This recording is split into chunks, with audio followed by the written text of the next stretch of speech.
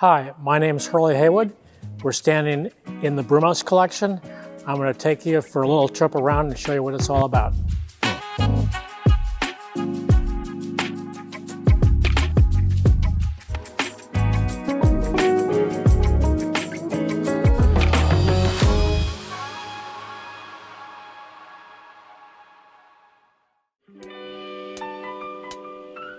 When we sold our dealerships to the Field Group about 5 or 6 years ago, Dan Davis decided that he was going to build a proper location to house all of our cars. The picture behind me is the old Ford plant, which was down by the river in Jacksonville.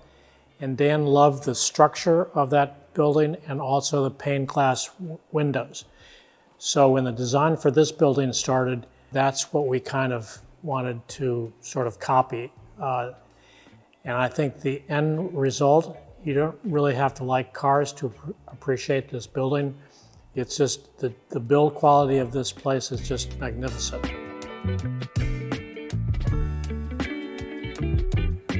So we kind of split the building up in two parts. One part on the other side of this barricade is the race cars, and this side is cars that Dan really have fallen in love with. Really from the early 1900s. The Bugatti, line was a very special car that everybody really loved, and from a collection standpoint, these cars are very valuable. It's an absolutely great car, and Dan just loves the way this thing looks. As we go through, we've got the Peugeot this is 1894. This car is amazing that when you look at what Peugeots are today or what the modern cars are, it's just incredible that these cars exist. Also, a 1910 Peugeot. This was sort of the start of the Roadster era, and it's really cool to look at these cars. To be able to look at these cars and then walk on the other side and see the race cars and the technology that's evolved over that time period from the early 1900s to now is really incredible when you look at this stuff. The Millers, which Dan really loves, Harry Miller was a real innovator. He not only made the engines, but he also did the design of the chassis. This car, 1923 Miller, I actually drove this car at Indy, and it's pretty cool when you look at these cars and you think about what the drivers were thinking about. There's no safety equipment in this car at all. If you were in a crash, the drivers wanted to be thrown away from the car. They didn't want to be trapped in the car. So there's no seat belts, no roll bars, a very antiquated fuel system. So if it ever had an impact, the gasoline will probably explode. So, but you had to really, to appreciate this, you really had to be almost really small guy to be able to drive one of these cars, because the cockpit is very narrow.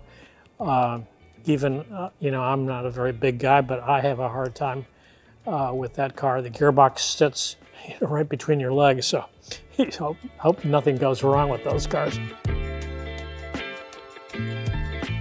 The Cord, which was an American-built car from 1930s. The 1930 line was, in my opinion, from an artistic standpoint, really an incredible era from not only what America was making, but also what was going on in Europe with the Delage, the Bugattis, Alfa Romeo, all these wonderful cars that were just beautiful to look at, like jewelry almost.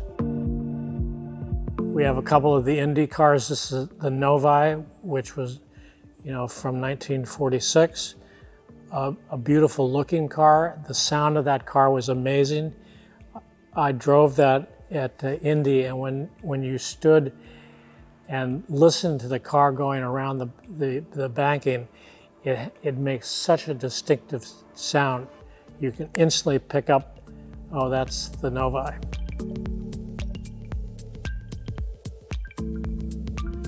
a dirt car. Sprint cars, these were, Dan Davis and myself have always sort of dreamed what it would be like to drive one of these cars, and Tony Stewart said, you know, if you guys want to learn how to drive one of these things on the dirt, I'll teach you. So that's kind of what we want to do at some point. Around the corner is a wing car, also running on dirt. Though that's really the car that I would like to be able to try to drive. I think that this is a really cool concept of, you know, getting a car to run around on the dirt. It's pretty cool. And those motors are, you know, producing, you know, 700, 800 horsepower on those motors, which is pretty amazing. So this is the side of the collection, which is basically devoted to race cars. Dan has found some really very descriptive photos that he had blown up, and really it's cool when you look at these photos and you kind of imagine what it was like. This is a 77 winning Daytona car, an RSR that I drove. That's a picture of it up on the wall over there. And, you know, that car, 77 was the first year that the turbocharged cars were coming. And I didn't really have a lot of faith in the turbocharging. I said, you know, that's pushing it a little bit. You know, they're really not known for endurance. So the guys that owned this car, this was an ex-Peter Gregg car, asked me to drive it, and I said, okay, I'll do it. And, you know, we qualified way the hell back in the field. And I'm going, that's probably the wrong decision to make. But, you know, it was very, you know, reliable, and all the turbocharged cars were having problems, and we went on to win the race overall. So I drove an 8-hour stint in that car, which was pretty crazy, because my co-drivers said, we don't want to drive at night, we're not good at night. So I ended up doing an 8-hour stint. When we look at these cars on this side, the evolution, so I started in 1971 with a 914-6 GT, very specialized car. And Peter and I drove this. We were co-champions in 71. And then in 72, we moved to a 911 platform, and I was the overall winner of that car in 72. And then from there, these cars were, you know, the 911 had horsepower, maybe 300 horsepower. And in 73, after we had won both Daytona and Sebring, Peter then said, okay, you're going to drive the 917-10, which the leap from a 911, which is a 300 horsepower car with not a lot of downforce, into a prototype that had 1,200 horsepower and a lot of aerodynamic technology that enabled it to have really good road holding. So that was a huge step for me. And luckily, Mark Donohue said to me, you know, Hurley, take little steps and eventually you'll catch up. And that's exactly what I did. I was third in the championship behind Donohue and George Fomer, so that was a pretty good thing.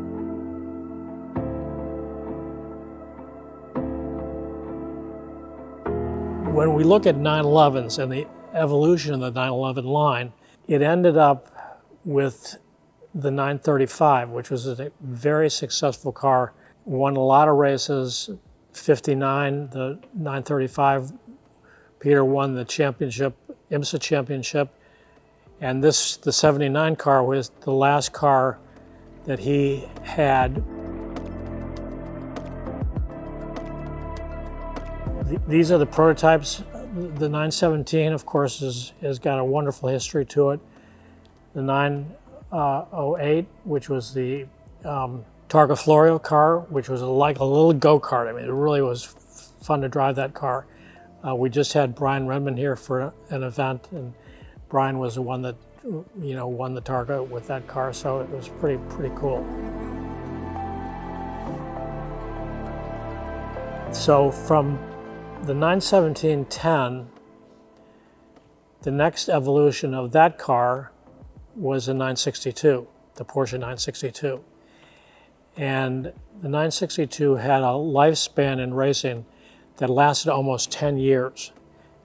It was competitive from the get-go, and in 1994 I won Le Mans with a 962. It called a Dower car, which was actually a modified race car for the street.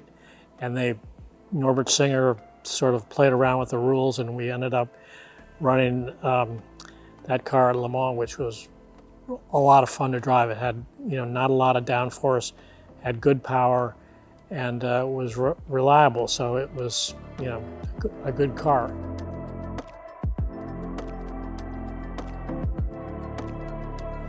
These cars on the end here were what they call the Daytona prototypes. And Jim France from NASCAR wanted to develop this series of cars. So when you look at these cars and then you look at the cars that were competing in Daytona this year, the evolution of this concept was really amazing. So these cars were not, particularly attractive to look at, but the development of these cars over, I think 2003 is when we started this program, and what they are today is really pretty dramatic. The bus, of course, is pretty cool. Everybody makes a comment on the bus. There's two in the world. One is here and one is at the factory. And this carried two of my Le Mans winning cars to the track. So instead of having your encampment inside the racetrack, you were required to, bring your cars in, race them in practice and race them in the race. And then you had to load them up and take them to a private garage, which was, in Porsche's case, in a place called Teleshay, which was very close to the racetrack. But they went back and forth in a truck like this. And two of my race cars made that journey in that truck, which was pretty cool.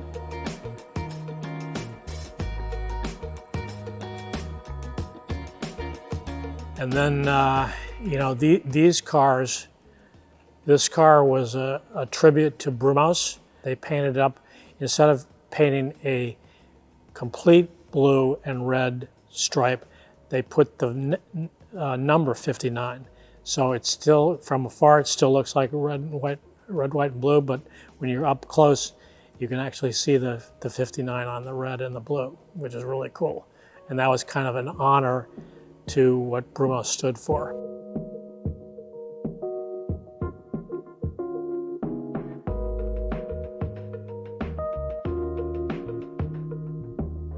The last, the Indy Car, which was really a program that unfortunately sort of ground to a halt after Al Holbert was killed in an airplane accident. But this was, if they had continued on, I think that the Porsche platform would have been, a hard one to beat. But the master of that whole project was killed, and it kind of Porsche lost interest in it. This was the Pikes Peak car, and I had the honor of being the Grand Marshal there 2 years ago, and drove a Taycan up the mountain, which was pretty cool, the electric car from Porsche. This was a car that David Donahue drove, a highly modified 911, a lot of wing, a lot of aerodynamic downforce, pretty good power. You start at 7,500 feet, I think, is the start line, and then you go up to 14,200 feet, I think. So as you go up the hill, when you have a normally aspirated engine, or even a turbocharged engine like this, you lose power, and that's why an electric car is really great at a place like Pikes Peak. But David won the class with this car. If you look at this car, you can see lots of aerodynamic drag on this car. So the air gets light up on the top, and this car was really very fast last year at Pikes Peak.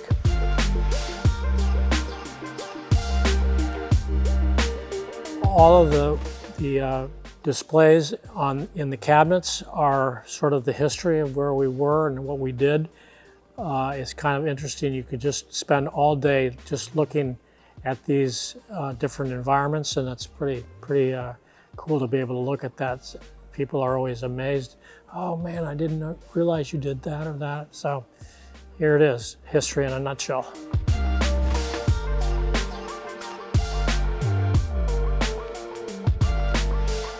Well, I hope you enjoyed the journey.